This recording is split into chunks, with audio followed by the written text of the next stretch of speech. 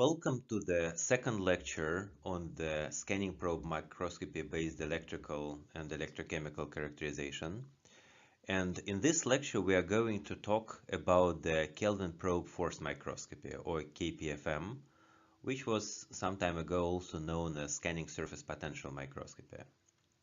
So in this lecture we are going to briefly discuss the principles of the KPFM, the forces between the tip and the surface in KPFM, the resolution and the feedback artifacts. And we're also going to look at the applications of the KPFM to two material classes, namely the grain boundaries in oxides and semiconductors, and the ferroelectric materials, and discuss the role of the environmental effects and screening on the KPFM data. So let's start with the simple textbook example of the Kelvin probe microscopy. So this is a classical force-based techniques. Here we first move our tip along the surface in the main line, and we use this main line to detect the position of the surface. Then we lift the tip at the predefined height above the surface, and then we move the tip retracing the surface topography without any mechanical modulation. Instead, we are applying a bias to the tip, and this bias have the DC component, so this is just a static bias, and the periodic component, the AC bias or probing bias. If there is no feedback, then the application of this periodic bias between the tip and the surface results in the electrostatic forces. And this electrostatic force between the tip and the conductive surface is just a capacitive force, which is proportional to the capacitance derivative and the square of the potential difference between the tip and the surface. So what it means is that if we apply the bias, the tip starts to oscillate, and the oscillation depends on the potential difference. Then we use the device called the lock-and amplifier, which extracts the first harmonic of the force. So it's basically if you substitute this expression in this formula and expand it, then the term with the cosine omega t will look like this. It would be the product of the VAC times the potential difference between the tip and the surface. And then we have a feedback loop that actually tries to nullify this first harmonic of the force by adjusting the DC potential. And lo and behold, this happens when the potential of the tip, VDC, that we control through the feedback loop is equal to the potential of the surface, which we actually want to measure. So this is the elegance of the Kelvin probe force microscopy, that for the ideal feedback we measure something that has a meaning of the surface potential. It's independent of the phase and magnitude of the response, so it is very robust signal. So we just get a picture of the surface potential, very attractive. And of course for non-conductive surfaces we can have other forces than capacitive, so we have an interaction with the charges, but very often we can call all these interactions at the surface potential. Now, this is a very simple picture of the KPFM, and throughout this lecture series we are going to go much deeper under the hood and examine how well these approximations work and how do the things really work. But for the time being, let's just assume that KPFM measures surface potential. How can we use the KPFM to measure the materials and devices? The answer is straightforward. Imagine that we look at the material which as a whole is grounded.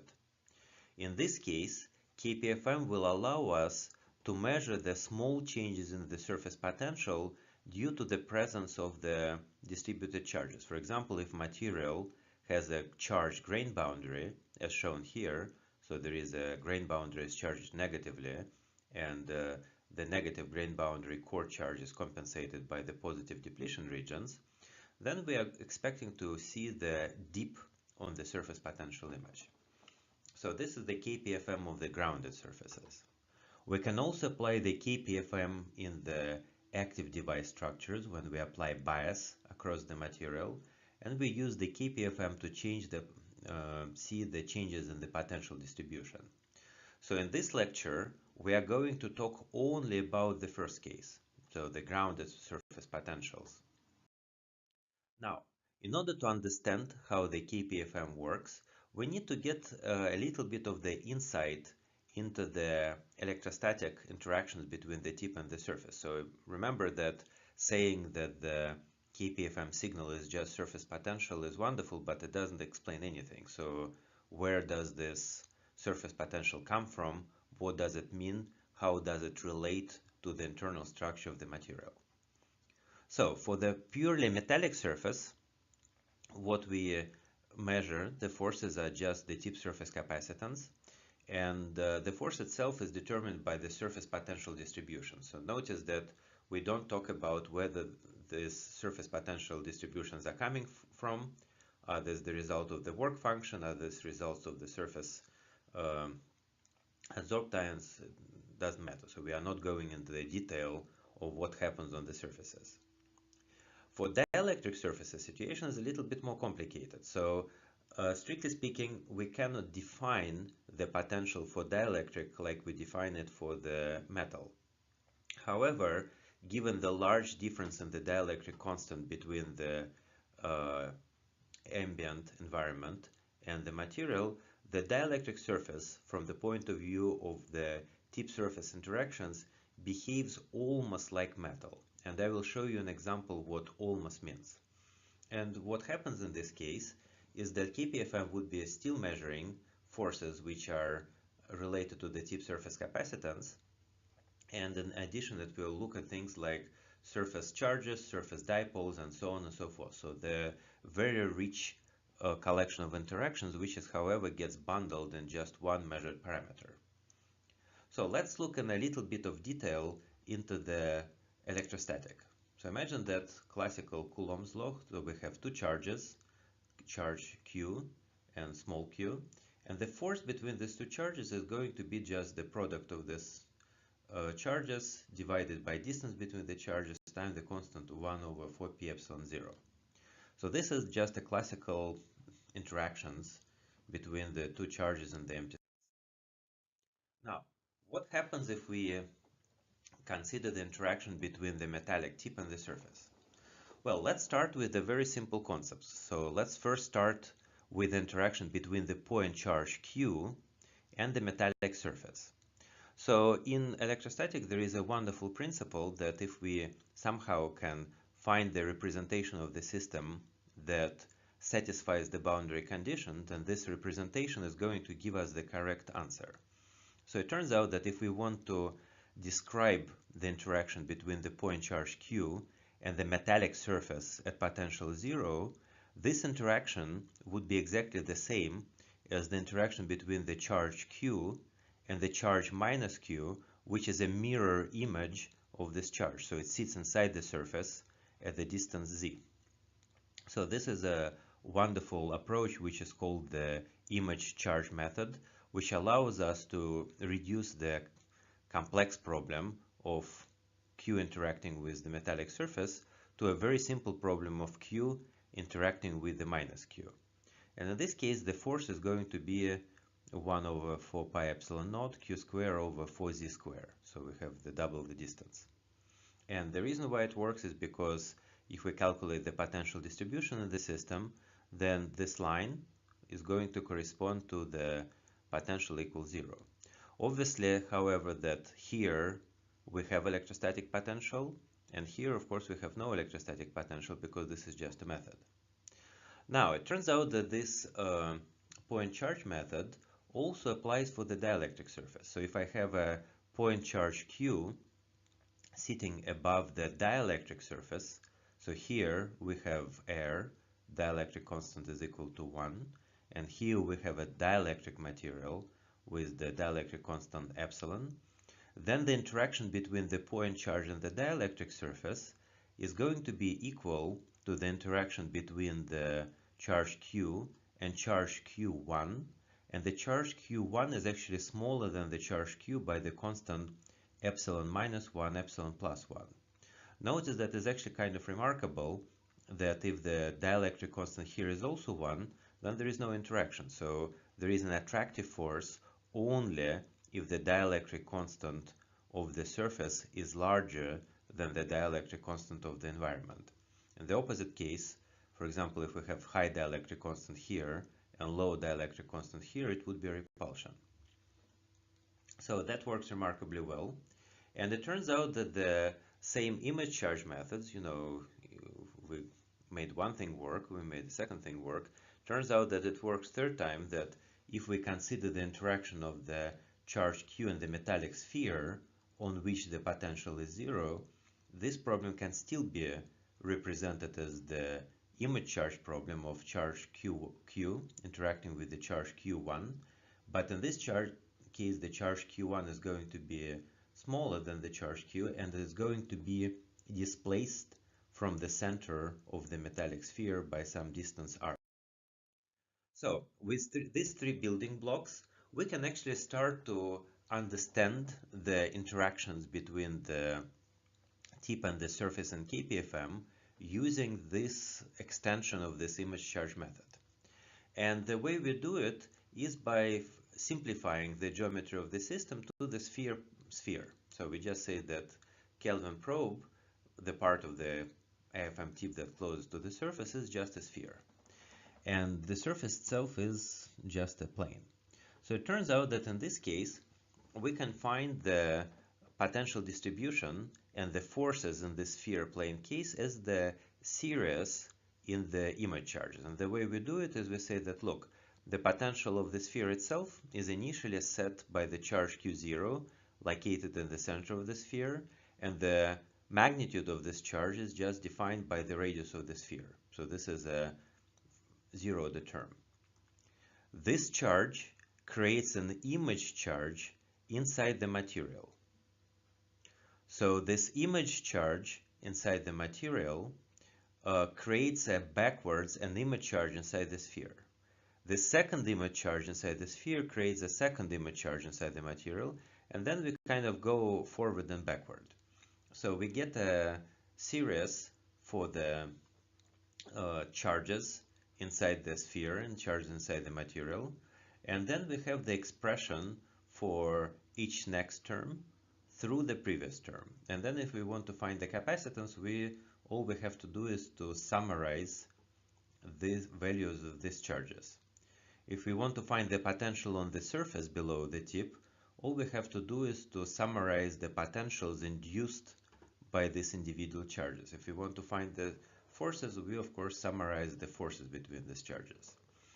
So the complex problem of the sphere plane interaction, so conductive sphere and either metallic or dielectric plane, is reduced to a much simpler problem of just infinite charge summation. And interestingly enough, these days you may or may not have this type of solutions in the standard textbooks, for the very simple reason that now a lot of things can be done using the numerical methods.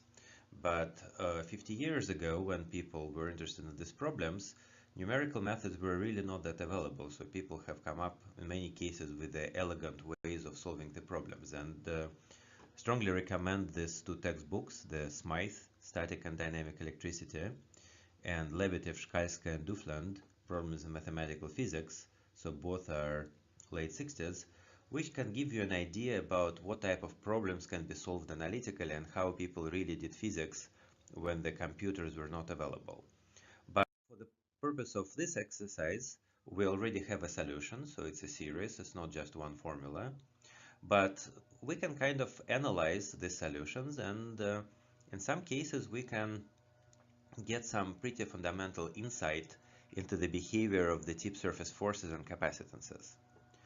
So also interestingly is that for metal and for dielectric, we can simplify the capacitance using some mathematical algebra to the rapidly converging series as shown here. So this is the capacitance for metallic sphere and metallic surface.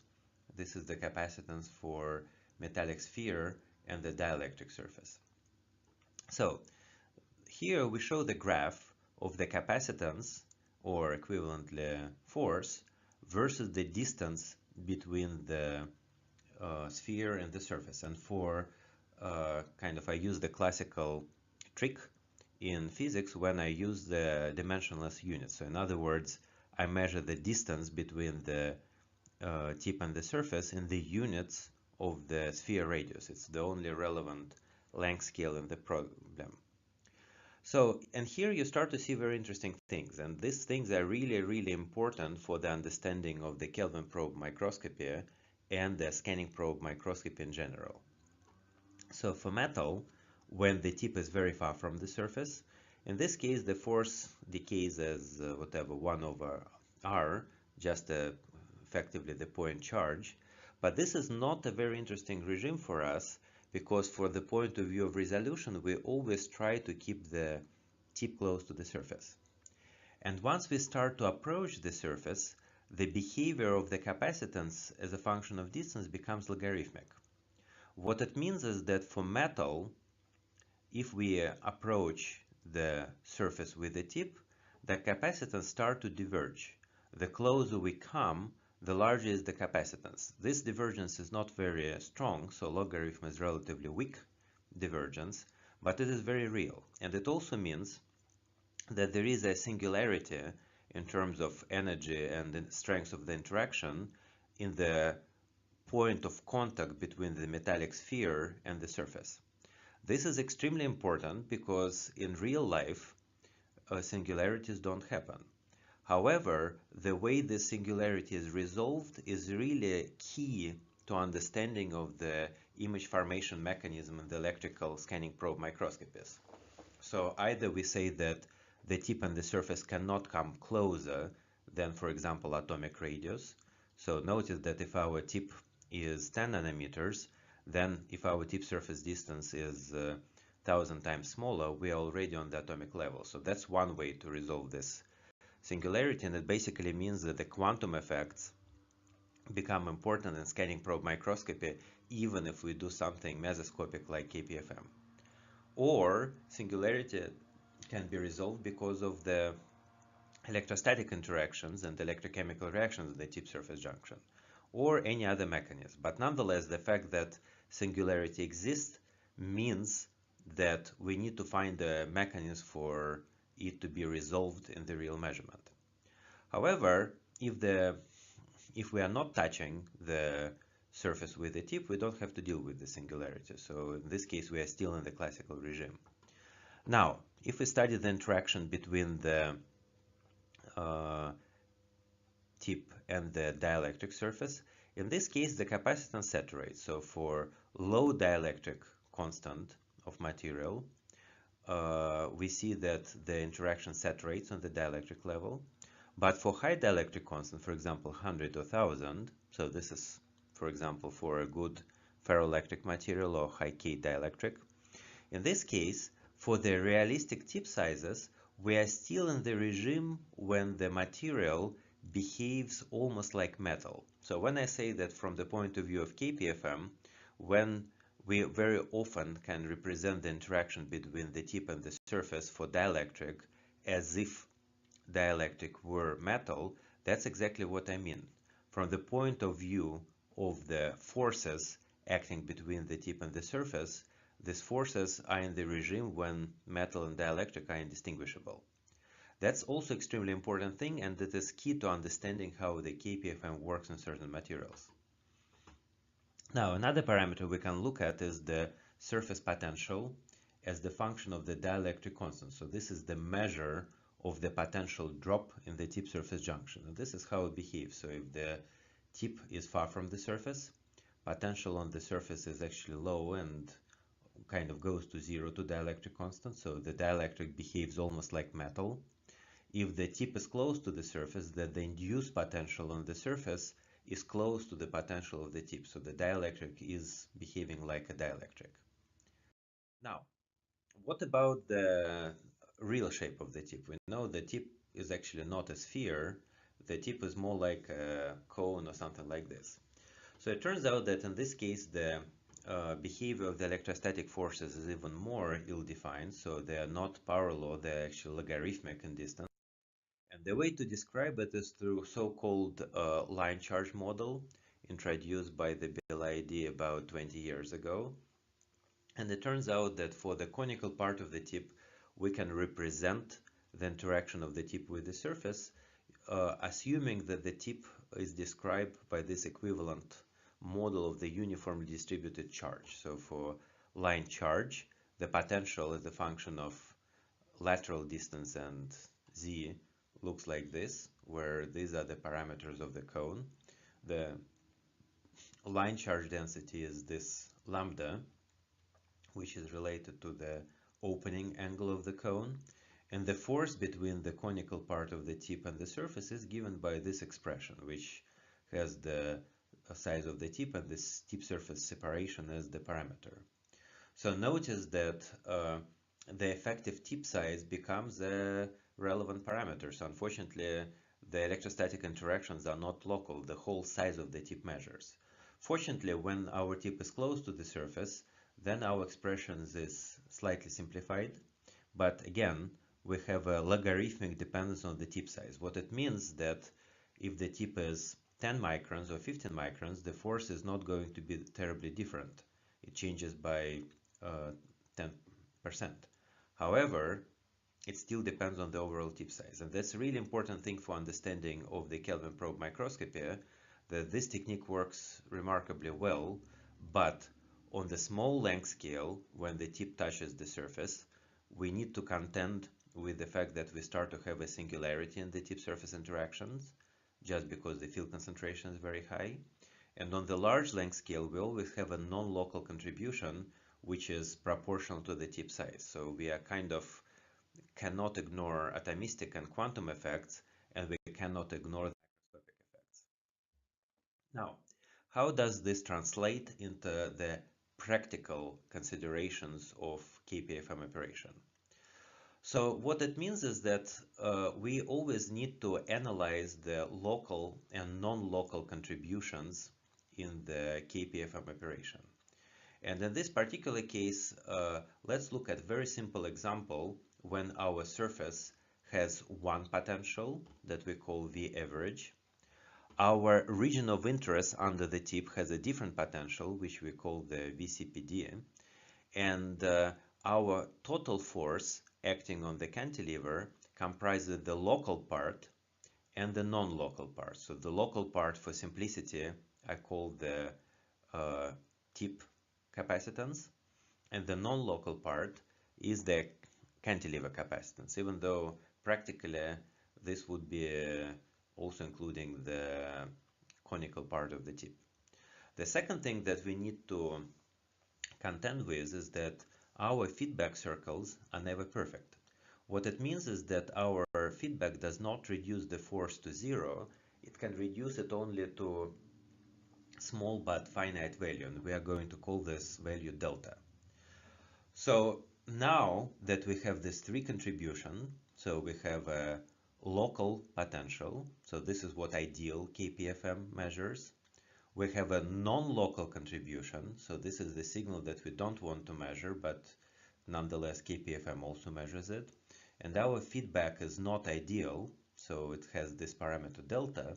Let's see how this non-local contribution and delta are going to affect what we measure. So we can start with this formula and quickly rearrange it to get an expression for nulling potential. So this is what the microscope tells us. And this nulling potential ends up being the weighted average of the local and non-local component and some term which is determined by delta divided by VAC. So what it means is that if we measure the average potential experienced by the tip, so we do measurements in many points and we just average it, so this becomes the average. What we have is the dependence of the average potential on the driving voltage. And it turns out that if you run a Kelvin probe microscope and you play with this VAC parameter and plot the average surface potential versus VAC, we get a perfect 1 over VAC dependence. And you can see that for driving voltages of order of, say, 4, 5, 6 volts, our potential have saturated. But for the driving voltage between 0 and 1 volt, you see that our measured average potential very much depends on the driving voltage. Why does it matter? It matters because we also want our measurements to be non-invasive. If we apply small driving voltages, we have a non-invasive measurement, but we have a large systematic error because of this feedback effect. If we apply large driving voltages, then our measurements become more precise, so we remove the systematic error because of delta divided by VAC. However, at this moment, our measurements can start to affect the surface state. So, for example, we can deposit surface charges. And practically choosing the right driving voltage becomes a very important aspect of the KPFM measurement. Notice that this phenomenon, that the average potential has this delta over VAC contribution due to the feedback, it was rediscovered independently at least 3 times that I know of, and probably more than that. So, but I believe that the earliest discoveries was in around 2001. Now, the important thing is that the contrast, so it's change of the contact potential difference along the surface, it's actually independent on the feedback effect. However, it is dependent on the ratio between the local and non-local contribution. So this is also something to take into account. Now, the generalization of this approach with local and non-local part is the concept of the resolution. I'm not going to go into the detail, but let me just illustrate what the resolution is, and how it applies to the KPFM. So initially it was proposed and formalized by Rayleigh for optics, who postulated that the resolution is the minimum distance at which we can separate two scatterers. So it is so-called the relative criterion in optics. For many techniques, the resolution can be formalized through the linear resolution theory, which basically says that the relationship between the experimental image, something that we measure from the microscope, and the ideal image, which is the distribution of material properties, is defined by the convolution with a certain resolution function. So this resolution function represents the properties of the probe. Notice that if the imaging is linear, then we have a very powerful mathematical tools to deal with this type of problem. So for example, we can show that the convolution becomes a multiplication in the reciprocal space. So if we have our ideal image, Fourier transform it and get the ideal image in the Fourier space, then the convolution with the resolution function becomes the multiplication by the object transfer function, and that gives us experimental image in the Fourier space, and that gives us experimental image in the real space. And if we have an experimental image, there is multiple ways how we can try to reconstruct the ideal image, and typically we do it by the calibration of the probe, and calibration of the probe means finding this resolution function, or equivalently the object transfer function. And the relationship between the resolution and the information limits is very well developed in the context of the electron microscopy. So electron microscopy studied the transfer functions in the classical transmission electron microscopy or the scanning transmission electron microscopy. Many of these concepts can be applied for scanning probe microscopy, and this is just an example. So this is how the image looks like when our imaging is very good. So this is ideal image, this is the good image.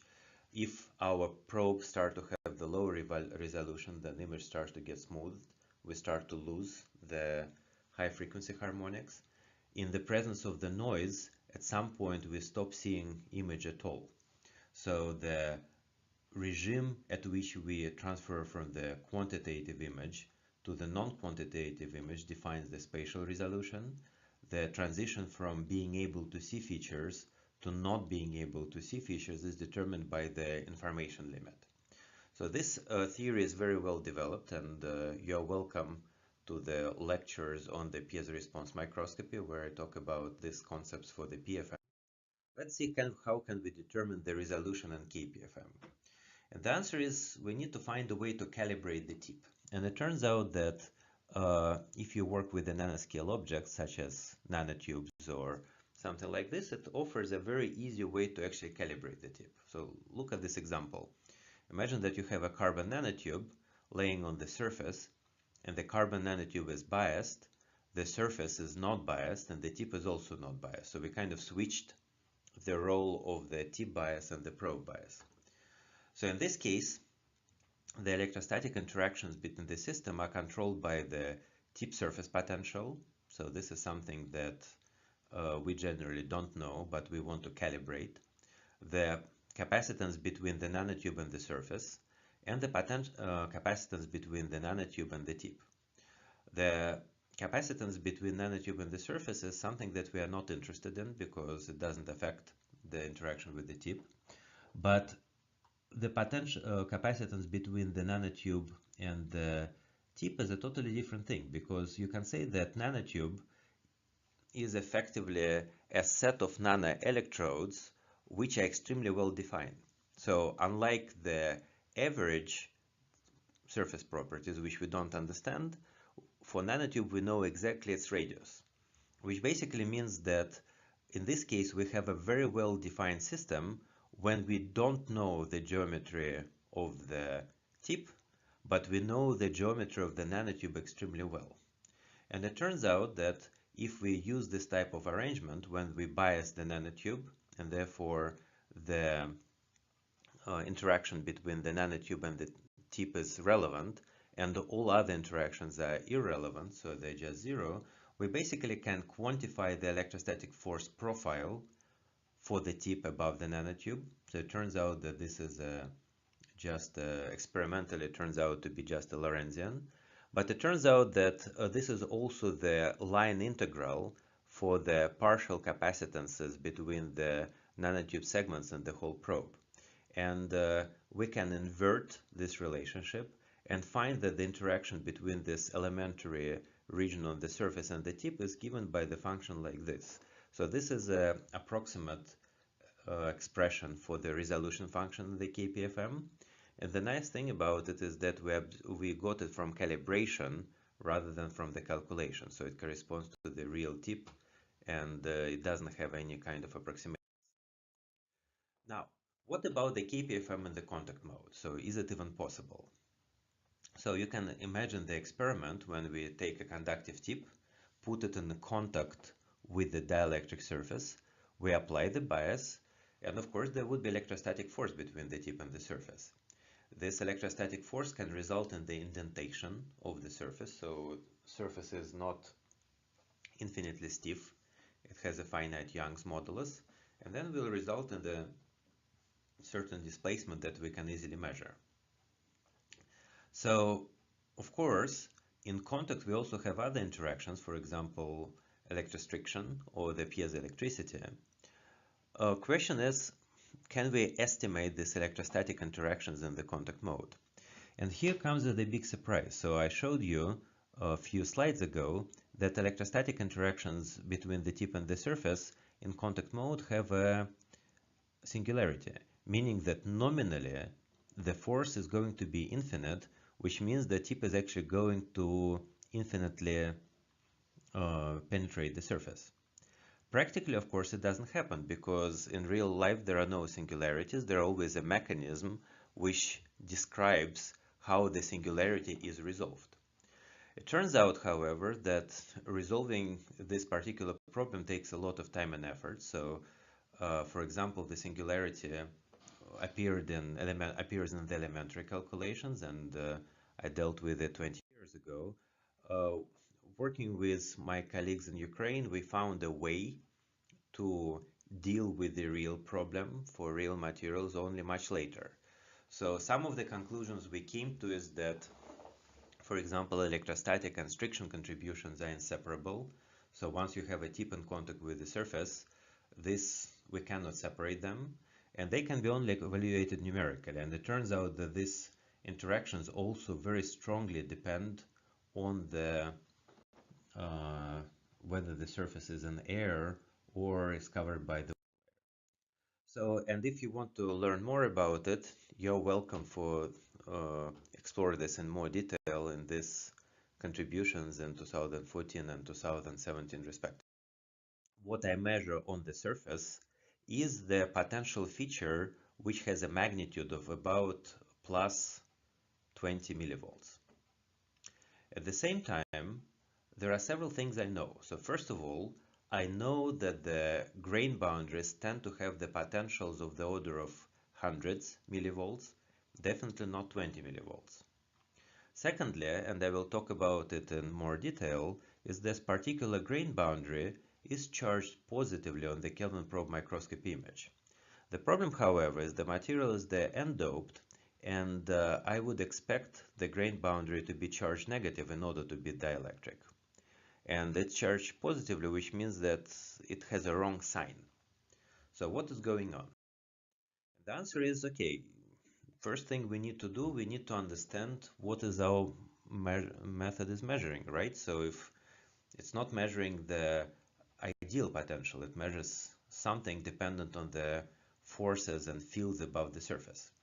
So the first thing I do is that I need to calculate the potential above the grain boundary surface junction due to the grain boundary.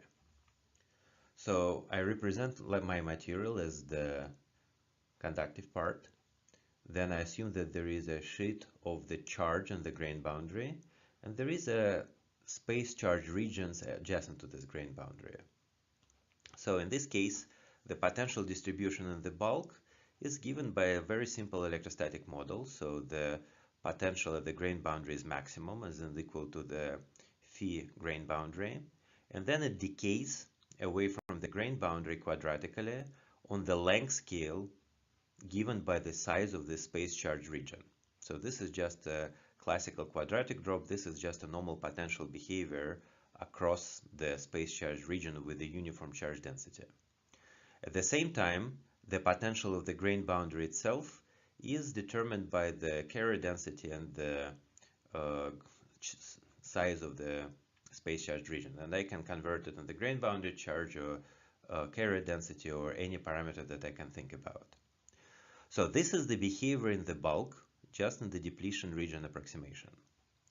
Now, I am not measuring potential in the bulk.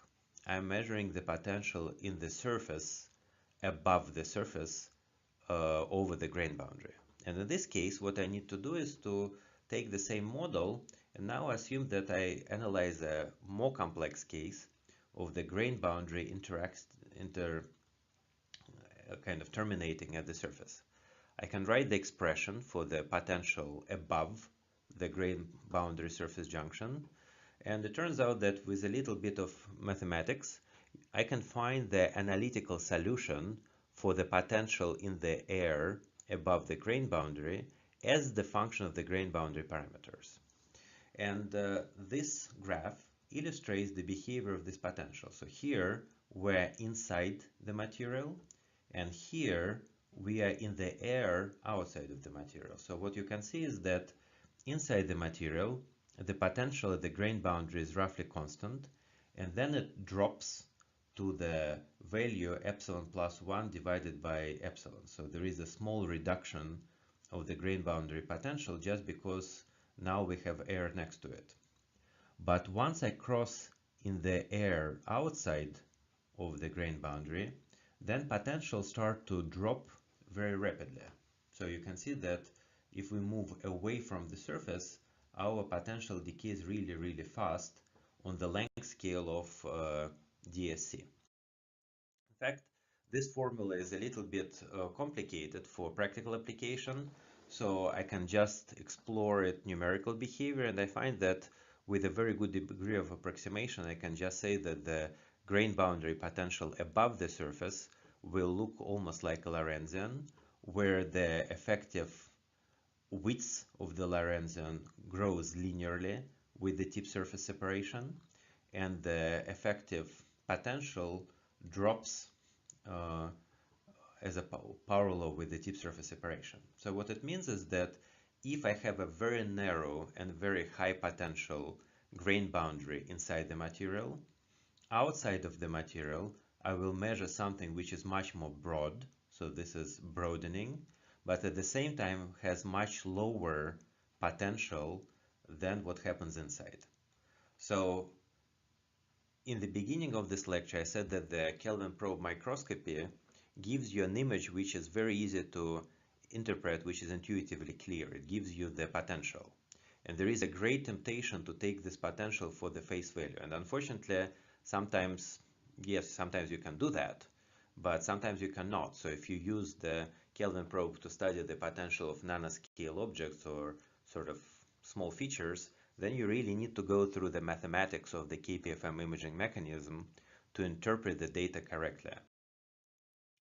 Now, good thing is that I can also explore the feedback effects, right? So a few slides ago we discussed that the feedback and non-local contributions can affect what we measure, and this is the example of this 1 over VAC behavior, and at the same time this feedback effect does not influence the grain boundary contrast. So the grain boundary potential depends only on the tip surface separation, so there is that, but it does not depend on the driving voltage as it should not, so at least we can try that part.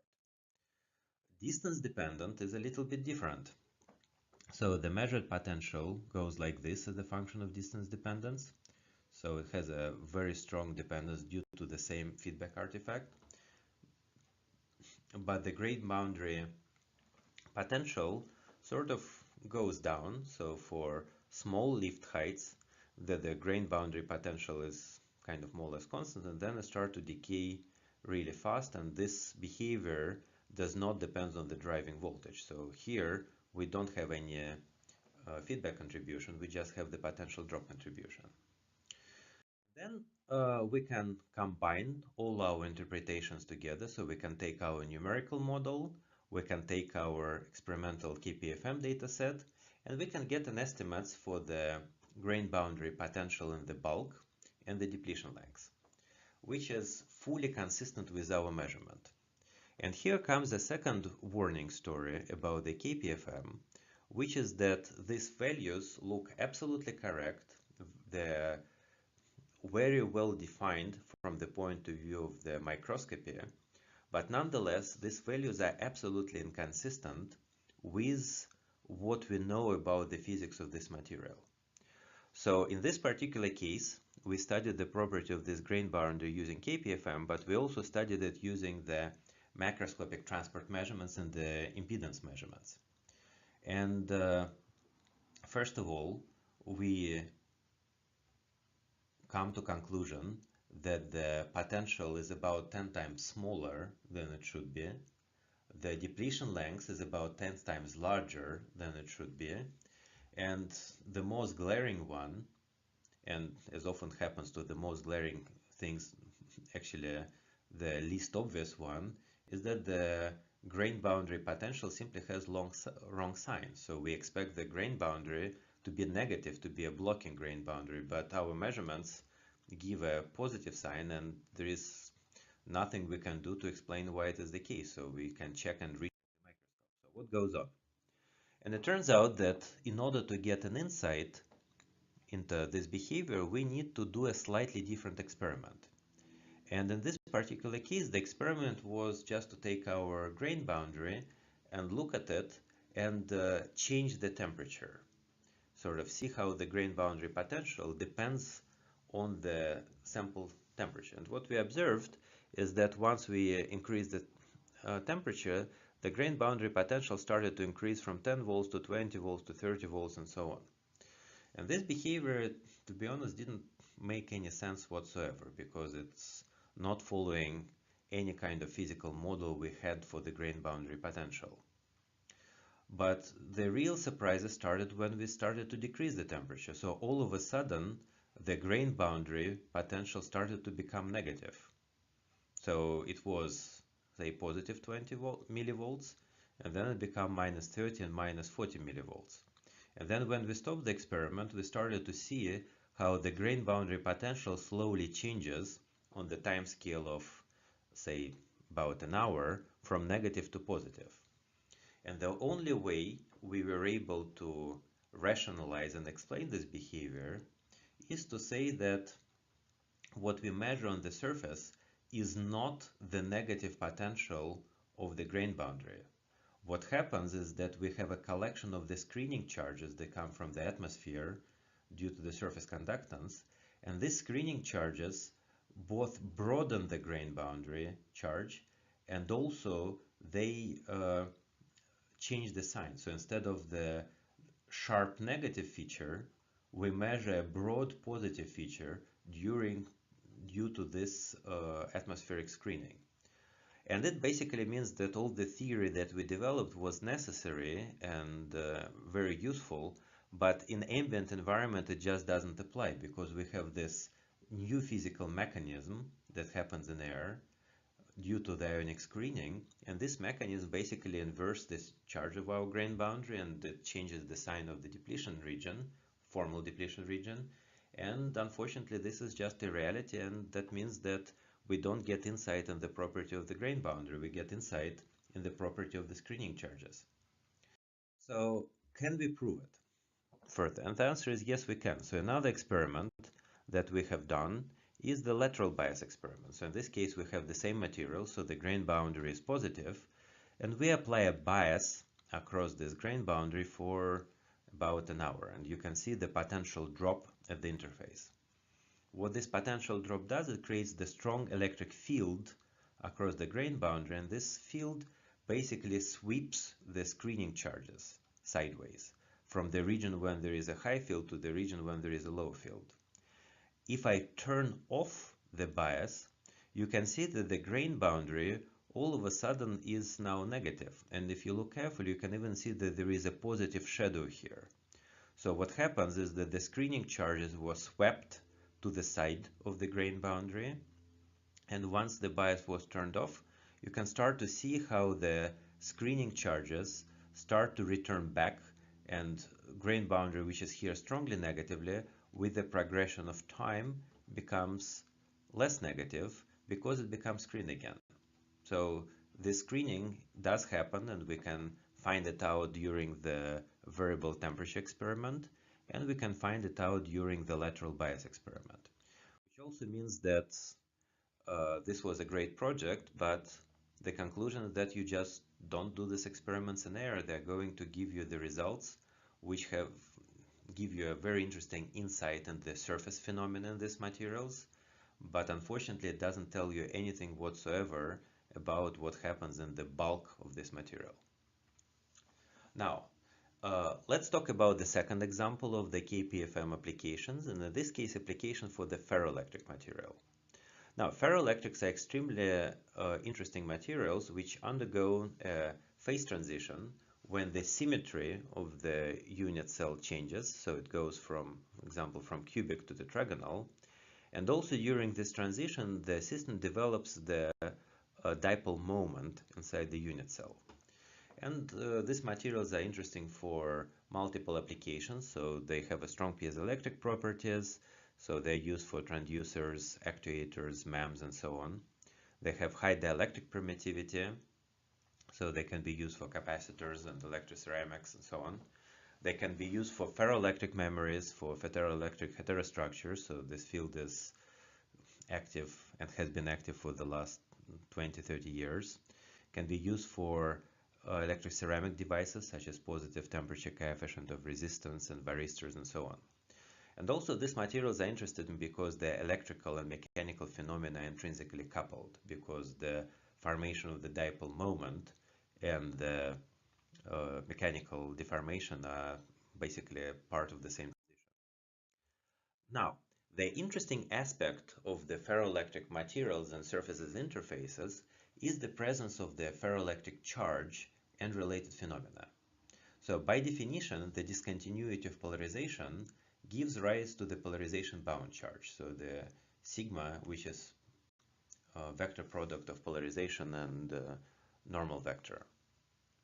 For materials such as barium titanate, this charge is about 0.26 coulomb per meter square, which is roughly a quarter of electron per unit cell. The question is, does it matter? And the answer is yes, it actually can change the properties of the material rather remarkably. So for example, if we adopt a chemical viewpoint, then this much electrons is roughly equivalent to transition of barium titanium O3 to barium titanium O2.87. So this level, if this charge were equivalent to the oxygen non-stoichiometry, this would be enough to transform the transparent dielectric barium titanate to black and very conductive barium titanate. So from the physical viewpoint, if this charge goes for formation of the space charge layers rather than chemical changes, then this is more than enough to create a strong accumulation or inversion. So this would be something of the order of 10 to the 26 dopant densities. So the conclusion is that polarization charge very strongly affects surface and interface properties. So surface properties I've shown you. For the internal interfaces, the behavior would be the same. So if we have charged grain boundaries, then polarization charge can either add or compensate the grain boundary charge. Obviously, from the thermodynamic viewpoint, it will tend to compensate it, and this is how the positive temperature coefficient of resistance of devices work. So at low temperatures, polarization exists in the bulk and compensates the grain boundary charge. The material is conductive. At high temperatures, polarization disappears, and therefore the grain boundary charge is no longer compensated, and therefore material is non-conductive. And of course, there are many other examples when we have heterostructures, and as I said, this field exists for quite a while. Now, the problem with the polarization charge on the surfaces is that it is energetically extremely unfavorable. In fact, it is really well known that if you have a ferroelectric material and you basically say that the polarization charge exists as it is, then the polarization is unstable, and transition temperature would be dropping to about minus 10,000 degrees Kelvin. So the ferroelectric phase cannot exist without the charge screening. So this is something that ferroelectric community knew for quite a long time, sort of starting from 50s and 60s. And the assumption was that in the bulk systems, the screening happens somehow. It somehow happens on the surfaces. And once it happened, we don't really need to think about it. So in the last 20 years, we've been interested in the surface and nanoscale phenomena in the ferroelectric materials. And we no longer can say that whatever happens on the surface is irrelevant, because now we are operating on the nanoscale, everything is surface. So we need to look at the mechanisms for the screening. And it turns out that there are two fundamental mechanisms how the polarization charge can be screened. So one way is through the adsorption. So we have some surface ions that come from the outside, and they compensate these surface charges. The other mechanism is the band bending, when we have a surface charges and there is a charge accumulation from inside the material, like a semiconductor band bending, and that's internal charge compensates the polarization charge. Of course, if we deal with the ferroelectric heterostructure, the metal electrode, then we also have a screening from the electronic carriers, but here we talk about the free surfaces. Now, we of course can also expect that the polarization charge can also affect the surface reactivity through electrostatics or through electronic phenomena. The question is, what can we learn about the screening mechanism and ferroelectric properties in general from the Kelvin probe microscopy data? So let's look at barium titanate. So if we look at the tetragonal barium titanate on the 100 surface, we know that polarization develops in one of the 6100 direction, which gives us the following possible domain configurations. So we can have the domain wall between two in-plane domains. So this is so-called A1, A2 domain wall. We can have a 90-degree domain wall between the domain, say, up and the in-plane domain. So this is so-called 90-degree ferroelastic wall. Or we can have a 180-degree domain wall between the domain up and the domain down. Now, what do we expect in terms of the surface property changes? So first, let's look at the topography. So from the topographic point of view, the surface which has A1, A2 domain wall would be flat. The surface that has C plus, C minus domain wall is also going to be flat. But the surface that has AC domain wall is going to have this characteristic corrugation just because of the difference in the lattice parameter between A and C direction. And this characteristic corrugation is very easy to observe in scanning probe microscopy measurements. And in fact, if we see this corrugation, we know that we have the ferroelastic domain walls. Of course, to observe them, it's important for the surface to be prepared in the cubic stage, but typically this is how the single crystals of barium titanate are prepared. Now, in terms of the electrical properties, we expect slightly different behavior. So, for example, for A1, A2 wall, we don't expect any difference in the electrical properties. So there is no polarization charge here and no polarization charge here. For the AC domain wall, we actually expect to see the difference in electric properties because here we have a polarization charge and here we don't have a polarization charge.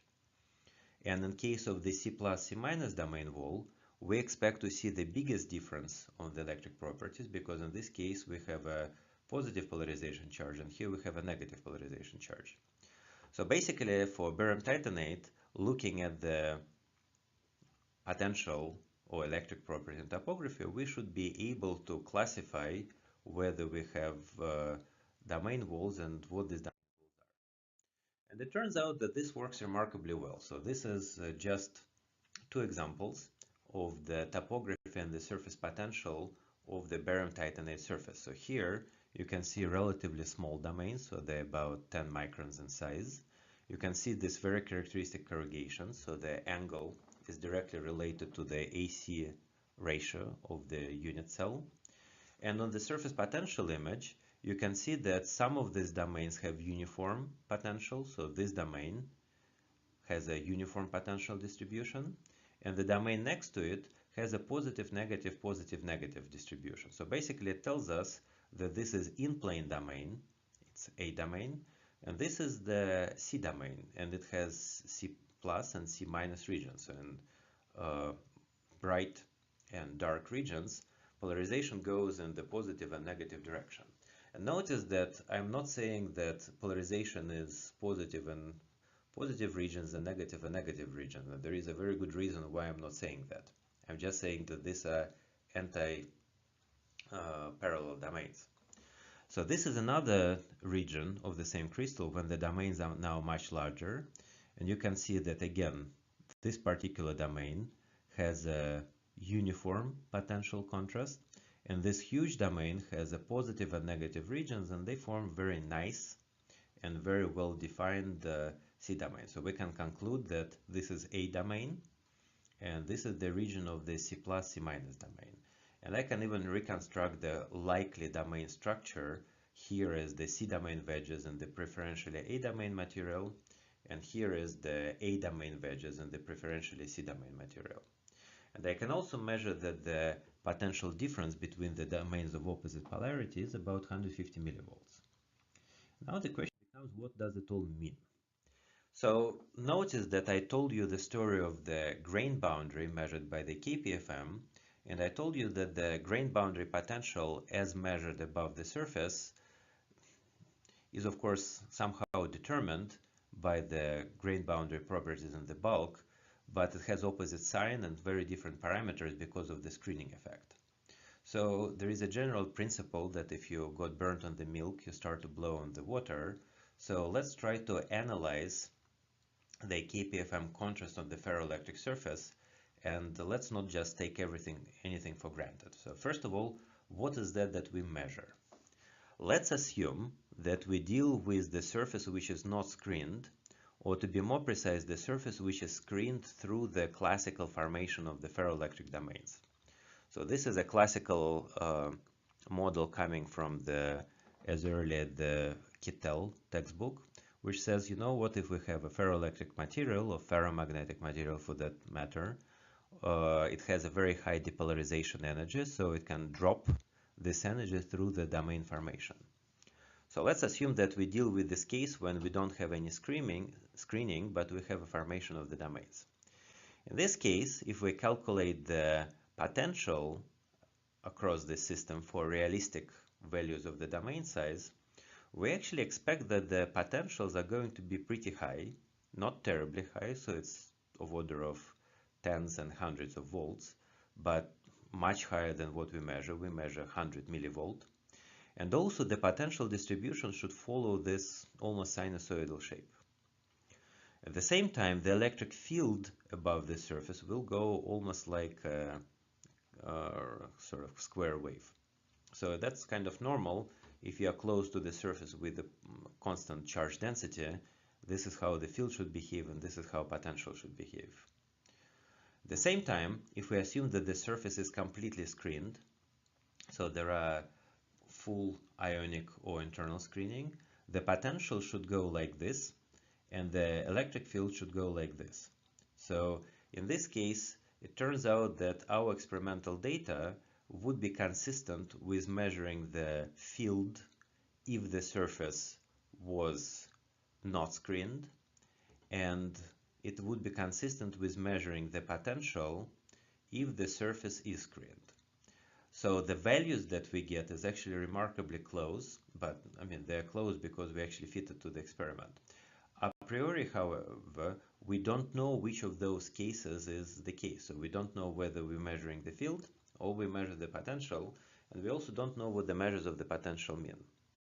So first, let's make a check for the imaging conditions. So we do the same type of experiments as we did with the grain boundary. So we measure our signal as the function of the driving voltage. So we have a 1 over VAC dependence as before. This is just a feedback effect.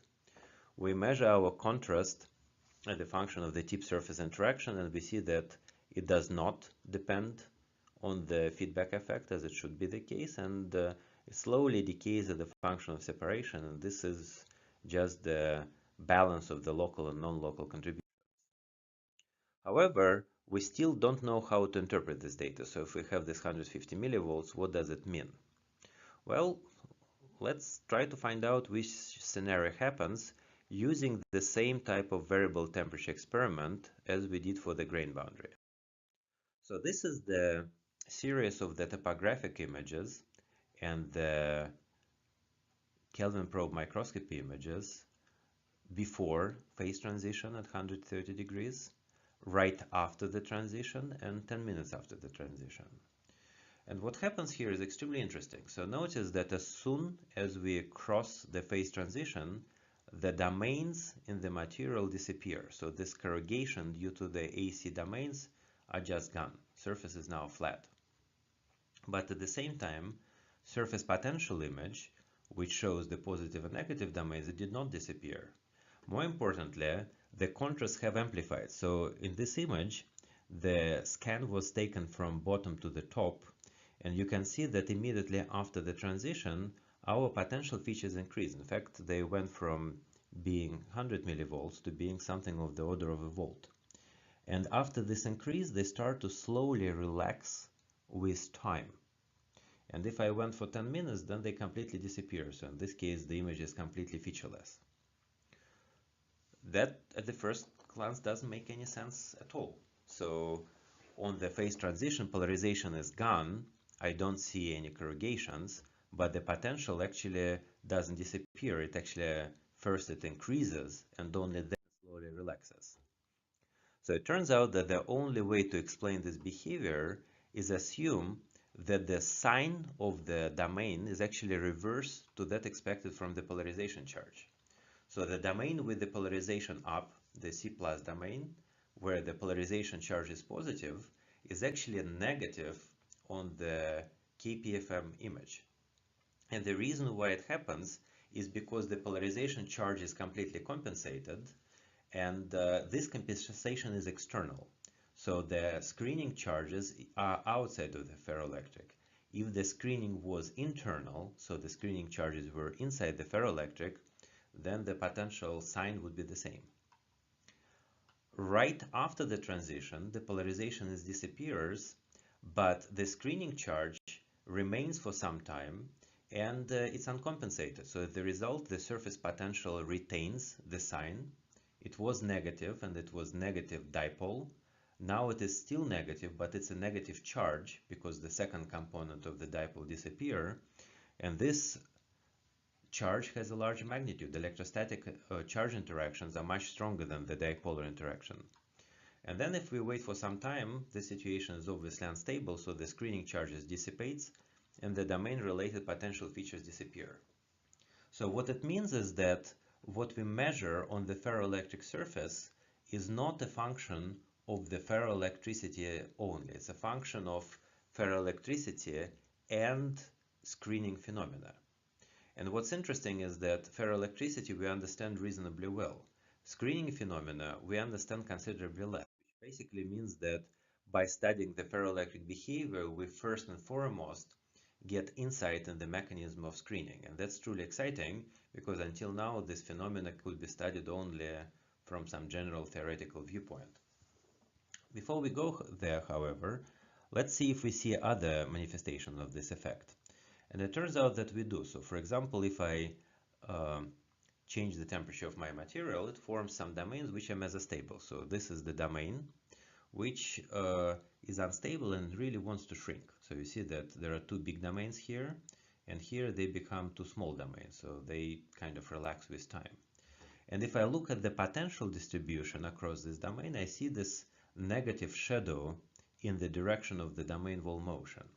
And the reason why I see it is exactly this screening picture. If the domain wall shifts, the screening charges remain for some time, and for a short amount of time I see the increased potential. And what's interesting is that this screening provides actually a dragging force which pins the domain in place. So domain wall cannot just move inside the material. Also the screening charge configuration should change because otherwise the screening charge pulls the domain wall back.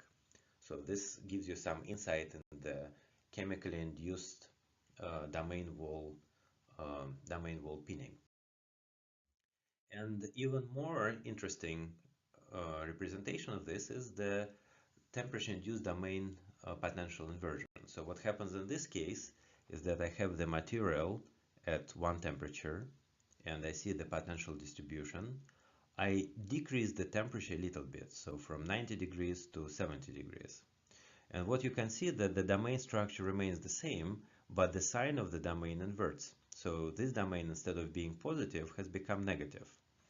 And the reason why it happened is because when I decrease the temperature, polarization increases, and for a small amount of time, polarization charge increases, dominates over the screening charge. So I see the true potential of the polarization charge. As the time passes by, then the screening charges start to accumulate. So we go through the isopotential point, so the potential of the positive and negative domain are the same. And then we go to the situation when the domain is again positive. So this is a transient phenomenon linked to the fact that polarization charge responds instantly to the temperature change, and the screening charge take time, and this time is determined by the electrochemical and transport processes on the sample. So we can study this in more detail, so we can get this time dependencies of domain potential contrast on heating and on cooling, and see that this is roughly exponential behavior. We find out the Arrhenius plot for this relaxation time. It turns out that the activation energy is actually very, very small, which basically tells us that the process is likely limited by the transport phenomena and not by the surface electrochemical reactivity.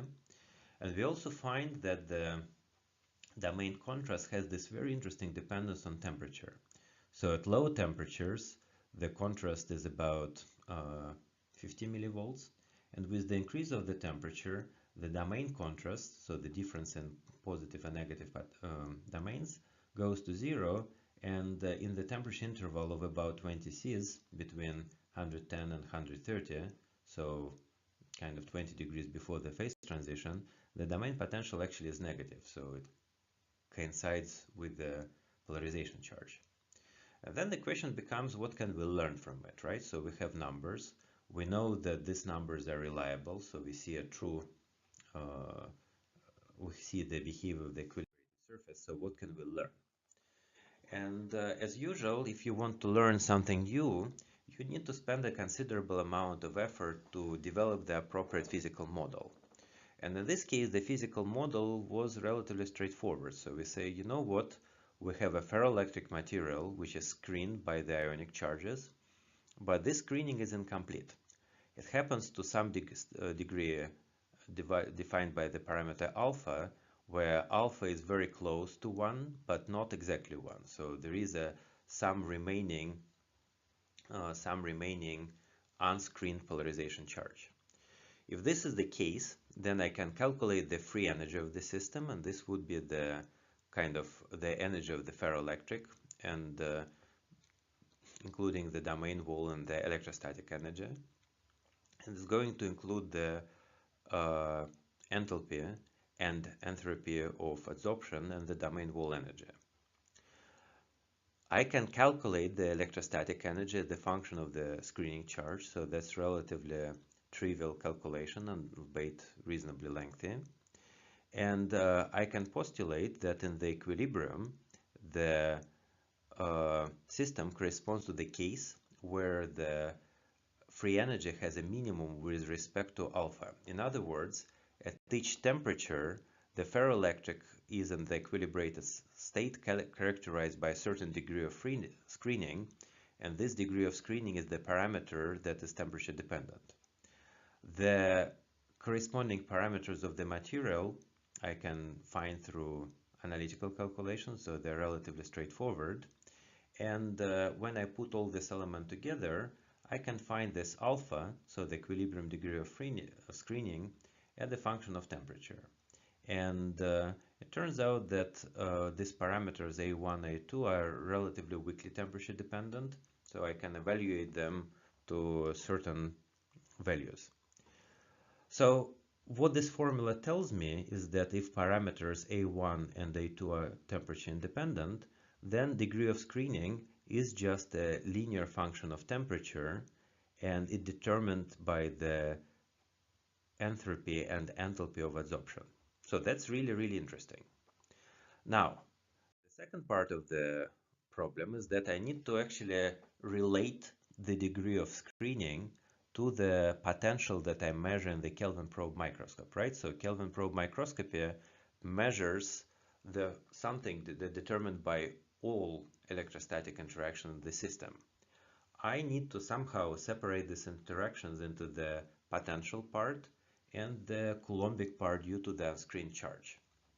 So the way I do this is I use the same line charge approximation that we discussed before, and basically kind of write the combined expressions for the realistic T parameter and geometry. And it turns out that for ferroelectric barium titanate, the measured potential difference by KPFM is a combination of the potential difference, so this is the CPDs of the domains, and some parameter determined by the fields above the surface. And for realistic T parameters, I can establish the relationship between what I measure and the domain properties in terms of potential and in terms of bias.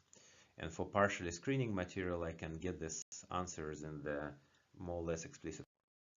And then when I put these two elements together, what I can do is to transition from the experimentally measured domain potential difference to the delta H and delta S of the adsorption process. And this is rather remarkable because the values that I get are very close to what I would expect for the electrochemical dissociation of the water on the surface. So it turns out that I can actually use the ferroelectric polarization and knowledge of the ferroelectric polarization, the function of temperature, and the knowledge of my microscope in order to analyze the electrochemical properties of phenomena on the surface on the length scale of the ferroelectric domain. So I actually probe the electrochemistry through the ferroelectricity. Of course, that was not my initial problem. So initially I wanted to study the ferroelectric material, but this is the nature of the scientific process. So if you do the measurements and you explore them in detail and you try to analyze your results, sometimes you get a conclusion that what you measure is not what you anticipated. So I plan to study the grain boundaries of strontium titanate. I didn't plan to study the screening and the grain boundaries of strontium titanate. And for ferroelectrics, initially I was interested in ferroelectric properties of the material, but it turns out that they are not separable from the electrochemical behavior of the surfaces. So if you're interested in this area, these are the original contribution where you can read in detail about these experiments and these theoretical developments. And of course, this topic have been growing rather extensively over the last 15-20 years.